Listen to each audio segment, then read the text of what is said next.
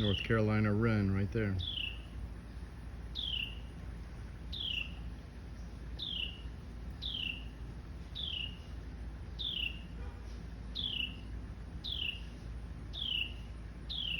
Such loud little birds, a little bit smaller than a sparrow.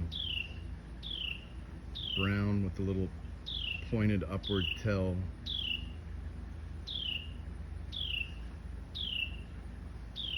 They also have another sound. They go.